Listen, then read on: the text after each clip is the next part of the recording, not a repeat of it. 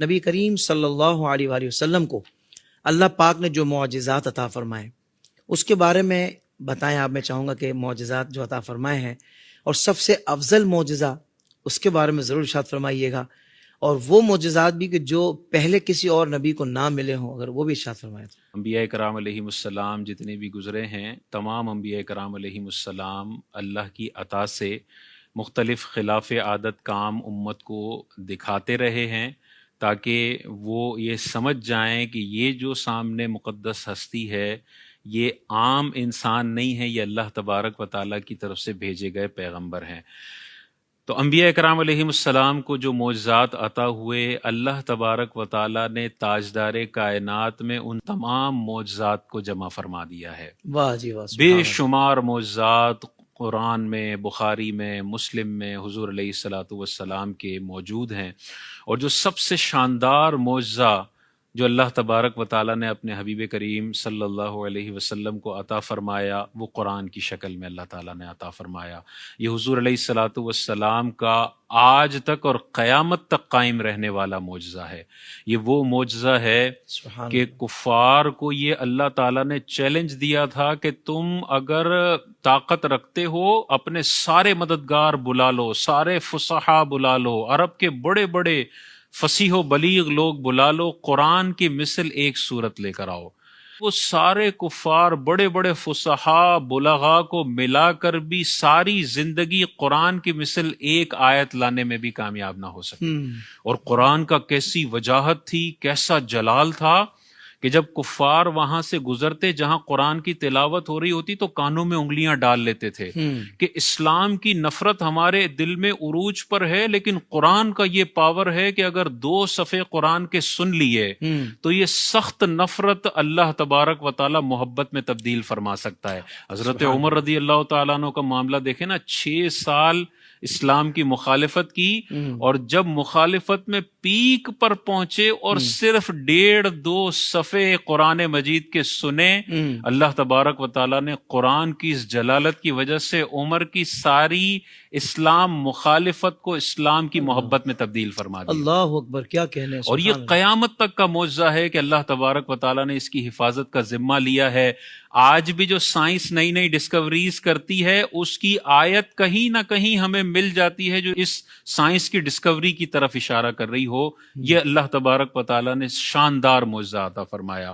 اسی طرح حضور علیہ الصلاۃ والسلام کو جو دوسرا بڑا معجزہ اللہ تبارک و تعالیٰ نے عطا فرمایا کہ آنے واحد کے اندر تاجدار کائنات مکہ شریف سے مسجد اقصی تشریف لے جاتے ہیں، وہاں پہ نبیوں کی امامت فرماتے ہیں، اور آنے واحد کے اندر 7 آسمانوں پار پہنچتے ہیں، عرش کے بھی پار پہنچتے ہیں، اور وہاں پر اللہ تبارک و تعالیٰ کا دیدار اپنی نگاہوں سے فرماتے ہیں. سبحان اللہ. روئے زمین پر تمام مخلوقات میں یہ والا مقام و مرتبہ اللہ تبارک و تعالیٰ نے کسی کو نہیں عطا فرمایا کہ جاگتی آنکھوں میں کسی عظیم ہستی نے اللہ تبارک و تعالیٰ کا دیدار فرمایا. یہ حضور علیہ الصلاۃ والسلام کا دوسرا بڑا معجزہ ہے. باقی اگر ہم دیگر معجزات دیکھیں تو کائنات میں کروڑوں سرجن ایک طرف اور میرے نبی کریم علیہ الصلاۃ والسلام کی شفا دینے کی طاقت ان کروڑوں سرجنوں پہ باری ہے. اور وہ کیا شفا دینے کی طاقت ہے؟ حضرت ابو ہریرہ آتے ہیں، یا رسول اللہ حافظہ کمزور ہے. حضور علیہ السلام ارشاد فرماتے ہیں اے ابو ہریرہ چادر پھیلاؤ. حضور کچھ متبرک کلمات پڑھتے ہیں اور فرماتے ہیں ابو ہریرہ چادر کو سمیٹ لو. ابو ہریرہ چادر سمیٹتے ہیں، پھر فرماتے ہیں کہ اس دن کے بعد سے میں حضور کی ایک حدیث بھی نہیں بھولا ہوں. سبحان اللہ. اندازہ کریں اس عمل سے پہلے جو 2 سیکنڈ کا عمل ہے، اس سے پہلے ابو ہریرہ کا حافظہ کمزور ہے، 2 سیکنڈ میں تاجدار کائنات وہ شفا عطا فرماتے ہیں کہ آج کے کروڑوں سرجن اس شفا کی خاک تک بھی نہیں پہنچ سکتے. اور حضرت ابو ہریرہ کو جب یہ شفا ملی تو امت پر کتنا بڑا احسان ابو ہریرہ نے کیا. اس امت میں سب سے زیادہ حدیثیں جنہوں نے روایت کی ہیں وہ حضرت ابو ہریرہ سے ملی ہیں. اسی طرح دیکھیں مولا علی رضی اللہ تعالیٰ عنہ، بخاری کی روایت ہے، جب خیبر کی فتح کا معاملہ آتا ہے مولا علی کو آشوب چشم ہوتا ہے، تاجدار کائنات اپنا لعاب دہن آنکھوں میں ڈالتے ہیں. ابو ہریرہ فرماتے ہیں فوراً تکلیف دور ہو گئی اور آنکھ ٹھیک ہو گئی.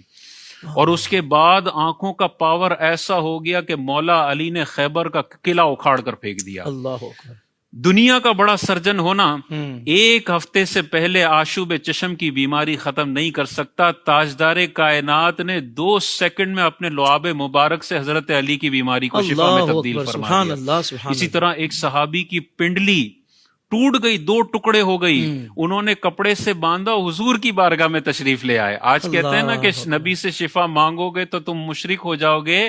صحابہ نے ہمیں یہ نظریہ دیا ہے کہ اگر ٹوٹی ہڈی جڑوانی ہے تو نبی کے پاس آنا ہے، آشوب چشم کو ٹھیک کروانا ہے تو نبی کے پاس آنا ہے، اپنے حافظے کو درست کروانا ہے تو بادام نہیں، نبی کی بارگاہ میں آنا ہے. وہ چٹکیوں کے اندر تمہارے حافظے کو ٹھیک کرنے کی طاقت رکھتے ہیں. وہ ٹوٹی ہوئی پنڈڑی حضور نے یوں جوڑی اور اپنا دستے رحمت اس پر پھرایا. صحابی کہتے ہیں وہ ایسے جڑ گئی جیسے کبھی ٹوٹی ہی نہ تھی. واہ واہ واہ واہ. 3 سال کے پروسیس سے پہلے امریکہ کا بڑے سے بڑا سرجن اس ٹوٹی پنڈلی کو نہیں جوڑ سکتا. تاجدار کائنات نے ویسی کر دی جیسے ٹوٹنے سے پہلے تھی. یہ شفا عطا فرمانے کے بے شمار واقعات حدیث میں موجود ہیں.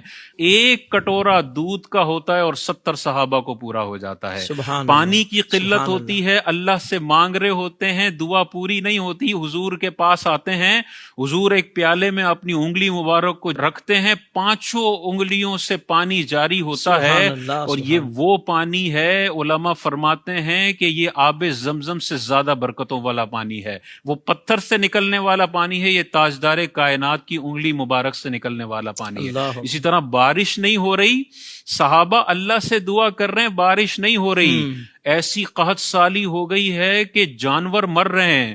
حضور جمعے کے خطبے کے لیے کھڑے ہوئے، ایک صحابی کھڑے ہو گئے، یا رسول اللہ ہمارے مویشی مر رہے ہیں، ہماری فصلیں ختم ہو گئی ہیں، اللہ کی بارگاہ میں دعا فرما دیں، اللہ ہمیں بارش عطا فرما دے.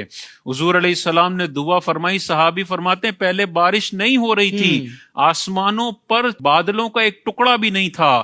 ادھر حضور نے دعا فرمائی، ادھر ایسی چھما چھم بارش برسی ہے، رک نہیں رہی ہے. اگلے جمعے وہی صحابی حضور کی بارگاہ میں کھڑے ہوئے، یا رسول اللہ ہماری فصلیں تباہ ہو گئی ہیں، جانور مرنے کے قریب ہو گئے، آپ اللہ کی بارگاہ میں دعا فرما دیں، اللہ اس بارش کو روک دے. اندازہ کریں صحابہ کا عقیدہ. کیا بات. بارش چاہیے تو میں نے نبی کے پاس آنا ہے، بارش رکوانی ہے تو بھی میں نے نبی کے پاس آنا ہے. یہ ما فوق الاسباب مدد ہے یا ما تحت الاسباب مدد ہے؟ اللہ اکبر. بہت سارے لوگ کہتے ہیں نبی سے ما تحت الاسباب تو مدد مانگ سکتے ہیں، لیکن ما فوق الاسباب مدد تو صرف اللہ کرتا ہے. یہاں پہ نبی نے بتا دیا کہ اگر بادلوں سے بارش چاہیے تو تمہارا نبی یہ طاقت بھی رکھتا ہے کہ بادل کو حکم دے اور وہ پانی برسا دے. اب اگلی بات دیکھیں، حضور علیہ الصلوۃ والسلام نے اللہ کی بارگاہ میں دعا کی، یا اللہ ہم پر نہ برسا اور ہمارے ارد گرد برسا. اور پھر حضور علیہ الصلوۃ والسلام کا اگلی طاقت دیکھیں، تاجدار کائنات نے انگلی بلند کی اور بادلوں کو اشارہ کیا. جہاں جہاں تاجدار کائنات اشارہ فرماتے رہے وہاں سے بادل سرکتا گیا، حتیٰ کہ پورا مدینہ بادلوں سے خالی ہو گیا اور ارد گرد بادل برستے رہے. یہ میرے نبی کی طاقت ہے کہ اگر وہ بادلوں کو انگلی سے اشارہ کر دیں تو اللہ تبارک و تعالیٰ ان بادلوں کو سرکنے کا حکم عطا فرما دیتا ہے. یہ تاجدار کائنات کی طاقت ہے. بعض لوگ کہتے ہیں یہ معجزہ ہے، یعنی 5 منٹ کی طاقت تھی، پھر نبی کے پاس معاذاللہ یہ طاقت نہیں ہے. ان کو غور کرنا چاہیے. بخاری کی حدیث میں کیا ایکسپائری ڈیٹ لکھی ہوئی ہے؟ اللہ اکبر. تم خود بول رہے ہو کہ یہ نبی نے خود کیا ہے اور پھر کہتے ہو کہ 5 منٹ بعد معاذاللہ یہ طاقت ایکسپائر ہو گئی ہے. یہ 5 منٹ کی ایکسپائری ڈیٹ کیوں نکالی تم نے؟ کس نے کہا تھا تم سے نکالنے کا؟ نبی سے جب بھی صحابہ نے مدد مانگی ہے، نبی نے ما تحت الاسباب مدد بھی فرمائی ہے اور ما فوق الاسباب مدد بھی فرمائی ہے، اور قیامت تک کے مسلمانوں کو بتا دیا کہ ایکسپائری ڈیٹ نکالنے والی شیطانی حرکتیں نہ کرو. تمہارا نبی ہر وقت بے شمار طاقتیں رکھتا ہے، زندگی میں بھی رکھتا ہے اور بعد وصال کی ظاہری زندگی میں بھی اللہ کے نبی کے پاس بے شمار طاقتیں ہیں. اور وللآخرۃ خیر لک من الاولی ہمیں بتاتا ہے کہ اللہ تبارک و تعالیٰ نے اپنے نبی کے فضائل و کمالات میں ہمیشہ اضافہ کرنا ہے. کبھی بھی نبی سے کوئی طاقت دے کر واپس نہیں چھیننی ہے. اگر اللہ تبارک و تعالیٰ نے اپنے نبی کو کچھ فضائل و کمالات بے شمار عطا فرمائے ہیں تو یہ نہیں ہو سکتا کہ ہم کہیں کہ 5 منٹ کے لیے دیے تھے اور 6 منٹ نبی دور کا نہیں سن سکتے, 6 منٹ نبی دور دیکھ نہیں سکتے. جنگ موتا کا واقعہ دیکھیں, آخری معجزہ ذکر کروں گا.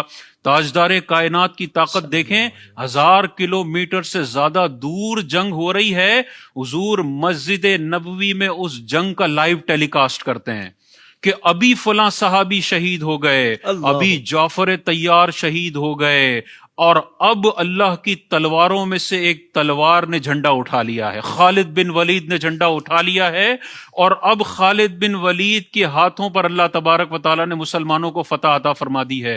کیسی طاقت اللہ تعالیٰ نے عطا فرمائی, 1000 کلومیٹر دور دیکھ بھی رہے ہیں کہ میرے صحابہ کیسے جنگ لڑ رہے ہیں, اور سن بھی رہے ہیں کہ میرے صحابہ وہاں پر کیا گفتگو فرما رہے ہیں.